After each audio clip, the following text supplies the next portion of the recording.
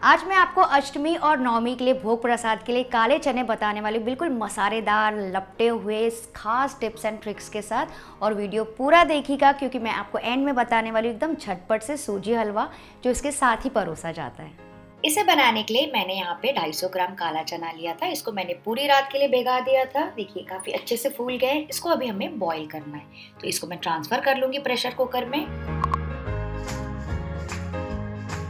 और साथ ही मैं डाल रही हूँ बस 2 कप पानी और आधा टीस्पून नमक।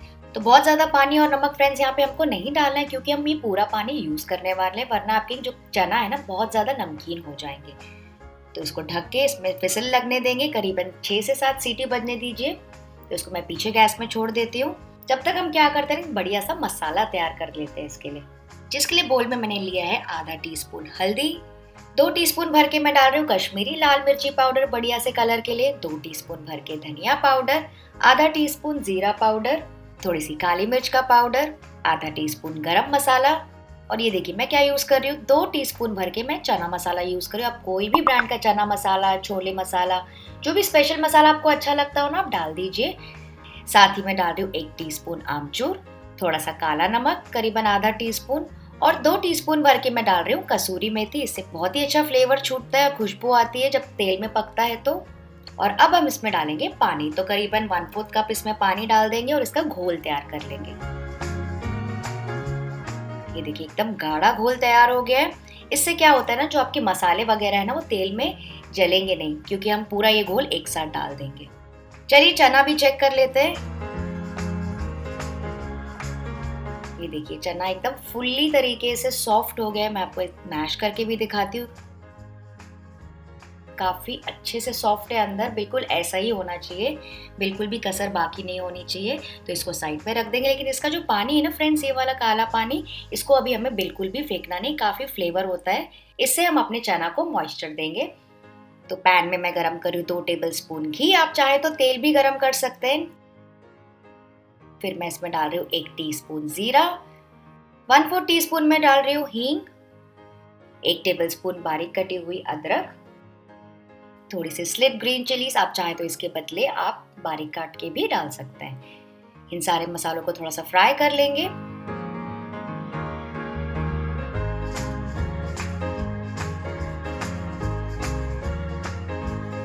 और अब बारी आती है इसमें डालने की मसाला। जो गाढ़ा घोल हमने तैयार किया था ना, वो यहाँ पे डाल देंगे और इसको लगातार पकाएंगे यहाँ पे 3 से 4 मिनट के लिए। तो यहाँ पे आता है पहला इंपॉर्टेंट टिप कि इसको अच्छे से भूनना है। तेल में जब आप इस मसाले को भूनेंगे ना, तो उसका बहुत अच्छा फ्लेवर छूटेगा।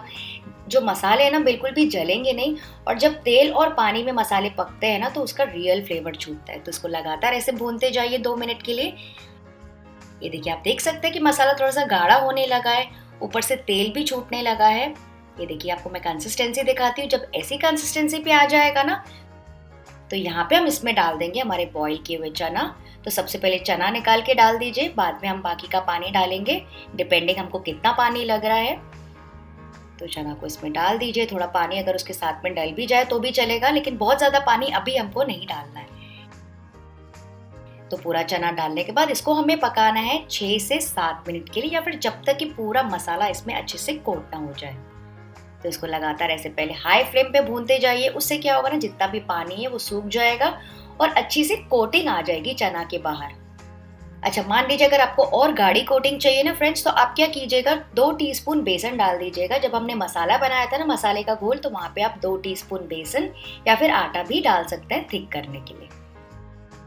तो इसको लगातार ऐसे और टॉस करते जाएंगे। धीरे धीरे आप देखेंगे कि जो ग्रेवी है, यानी कि जो पानी है, थोड़ा सा सूखने लगा है। ये देखिए आपको जैसी कंसिस्टेंसी में ऑफ करना है आप कर सकते हैं। ये देखिए हल्का हल्का गीला अभी भी है, तो मैं इसको थोड़ा सा और सिखाऊंगी।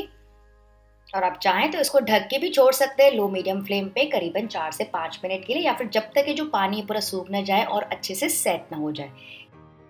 चलिए चेक करते हैं। ये देखिए एकदम परफेक्ट कोटिंग कंसिस्टेंसी का है। तो फ्रेंड्स मेरा आपसे एक सजेशन है, बहुत ज़्यादा भी इसे ड्राई नहीं कीजिएगा, वरना क्या होता है ना, बहुत ज़्यादा सूखे सूखे और ड्राई से लगते हैं इस शाम तक के। तो यहाँ पे हल्का सा अगर गीलापन भी होगा तो आप इस स्टेज में गैस का फ्लेम ऑफ कर सकते हैं। ये देखिए मैं आपको अब इसकी कंसिस्टेंसी दिखाती हूँ। हल्का हल्का सा गीला है, लेकिन स्टिल कोटिंग कंसिस्टेंसी है। बस इसको गर्मा गर्म आप सर्व कीजिए और इसको आप शाम तक के भी रखेंगे ना तो ऐसे ही परफेक्ट खिला खिला सा बना रहेगा मसालों की कोटिंग के साथ।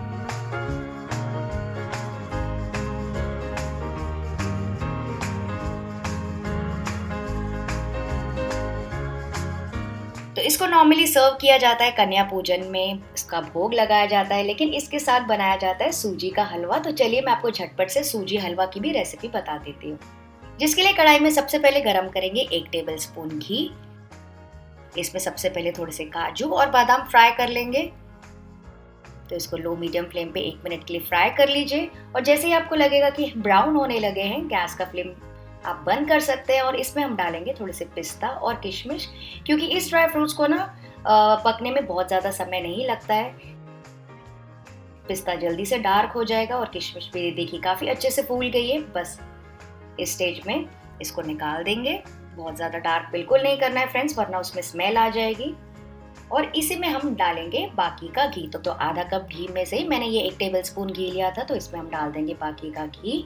और साथ ही मैं यूज़ कर रही हूँ आधा कप सूजी भी। तो देखिए मैं आपको दिखाती हूँ, ये बारीक वाली सूजी इजीली मिल जाती है मार्केट में। आपको मोटी से बनाना है तो आप मोटी से भी बना सकते हैं।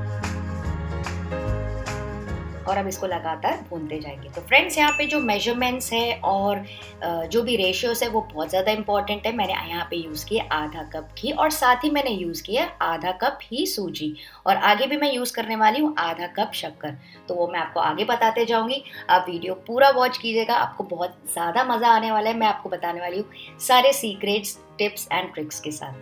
तो बस अब इसको लगातार भूनते जाएंगे। लो मीडियम फ्लेम पे कोशिश करके लो ही रखिएगा, करीबन 7 से 8 मिनट के लिए, या फिर जब तक कि इसका कलर हल्का सा बदल ना जाए।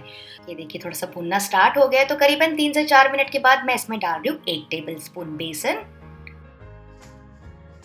और साथ ही मैं डाल रही हूँ 1 टेबलस्पून आटा भी। इससे क्या होगा ना, बढ़िया सी बाइंडिंग आ जाएगी हलवे को, एकदम अलग अलग ऐसे सूखा सूखा सा नहीं लगेगा और साथ ही इसका सौंधापन उसमें आ जाएगा बेसन का और बहुत अच्छी खुशबू आती है।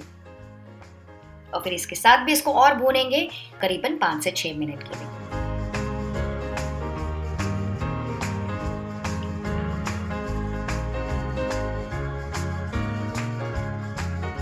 तो करीबन 8 मिनट के बाद फ्रेंड्स मैं आपको दिखा दी। देखिए सूजी अच्छे से भून गई। कैसे पता चलेगा, थोड़ी सी फूल गई है और घी थोड़ा सा भी अलग होने लगा है। तो इसको मैं थोड़ा सा और भूनूंगी। तो अब टोटल 10 से 11 मिनट हो गए। आप देख सकते हैं घी ऊपर फ्लोट हो रहा है। कलर तो सूजी का डार्क थोड़ा सा हो ही गया, लेकिन घी ये देखिए ऊपर फ्लोट हो रहा है। एकदम घी अलग हो गया, सूजी अलग हो गया और एकदम मैं आपको पास से दिखाती हूँ। थोड़ी सी झाग दिख रही है आपको, इसका मतलब कि आपकी जो सूजी है ना एकदम अच्छे से भून गई है। इस स्टेज में हमको डालना है पानी। तो पानी अगेन आपको कितना डालना है इस चीज का आपको ध्यान रखना है। यहाँ पे आता है एक और इम्पोर्टेंट टिप, पानी आपको डालना है 1:3 रेशियो। ठीक है, तो यहाँ पे हमने डाला है आधा कप सूजी, तो इसके लिए हम यूज करेंगे 1.5 कप पानी। तो पूरा 1.5 कप पानी आप एक साथ डाल सकते हैं। बस ध्यान रखिएगा थोड़ा सा उफलता है अगर काफी गर्म होगी कढ़ाई तो। और इसको भी पकाएंगे लो मीडियम फ्लेम पे 2 मिनट के लिए। ये देखिए सूजी काफी सारा पानी सोख ली है। तो इस वक्त हम इसमें डाल देंगे आधा कप शुगर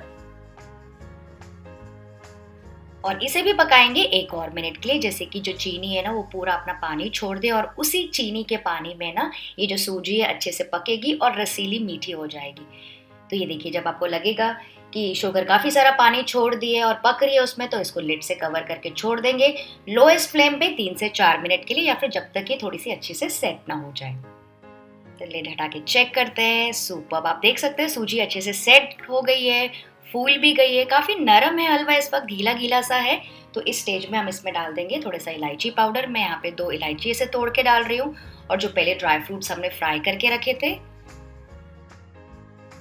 और साथ ही ये देखिए मैं डाल रही हूँ 3 से 4 टेबलस्पून केसर वाला पानी। तो मैंने हल्के गर्म पानी में थोड़ी सी केसर भिगो दी थी ताकि बढ़िया सा कलर आ जाए। आप चाहें तो इसके बदले दूध में भी भिगो सकते हैं। और इसे भी मिक्स करके पकाएंगे 1 और मिनट के लिए, या फिर जितना सूखा या फिर जितना गीला हलवा आपको रखना है। तो फ्रेंड्स सूजी आपने देखा यहाँ पे मैंने बहुत ज़्यादा ब्राउन नहीं किया। अगर आपको ब्राउन वाली सूजी का हलवा बनाना है तो आप इसको थोड़ा सा और डार्क कर सकते हैं। मैं बेसिकली इसको थोड़ा सा हल्का केसर और वाइट वाला हलवा बना रही हूँ, इसलिए मैंने इसको इतना कलर रखा है। और अगर आपको और ज़्यादा येलो कलर चाहिए तो आप इसमें थोड़ा सा केसर और डाल सकते हैं। तो बस फ्रेंड्स, इसको बहुत ज़्यादा डार्क नहीं करेंगे। इस हलवे को खास प्रसाद में बनाया जाता है अष्टमी के दिन कन्या पूजन के लिए, और साथ ही परोसा जाता है काला चना और पूरी भी, जो मैं आपको आगे बताने वाली हूँ। बस इसमें कोई रॉकेट साइंस है नहीं फ्रेंड्स, आपको सिर्फ रेशियोज और मेजरमेंट्स का ध्यान रखना है। आप ही इस वीडियो को फॉलो करके एकदम परफेक्ट हलवा बना सकते हैं। तो ये देखिए, मैं आपको फाइनली कंसिस्टेंसी दिखाती हूँ। मैं इस स्टेज पे गैस का फ्लेम ऑफ कर रही हूँ, क्योंकि क्या होता है ना, जो हलवा है ना काफ़ी ड्राई हो जाता है रखने के बाद। तो बस इसको गर्मा गर्म परोसेंगे। तो इस वक्त काफ़ी गर्म है, इसलिए मैं आपको इसका टेक्सचर दिखा रही हूँ। ड्राई होने के बाद और अलग अलग सा हो जाएगा, और इसको आप इंजॉय कर सकते हैं पूरी और काला चना के साथ। तो फ्रेंड्स, आई होप आपको आज की अष्टमी स्पेशल ये रेसिपी अच्छी लगी होगी। अगर हाँ, तो वीडियो को लाइक प्लीज कर दीजिएगा। मैं आपसे मिलती हूँ, बाय बाय।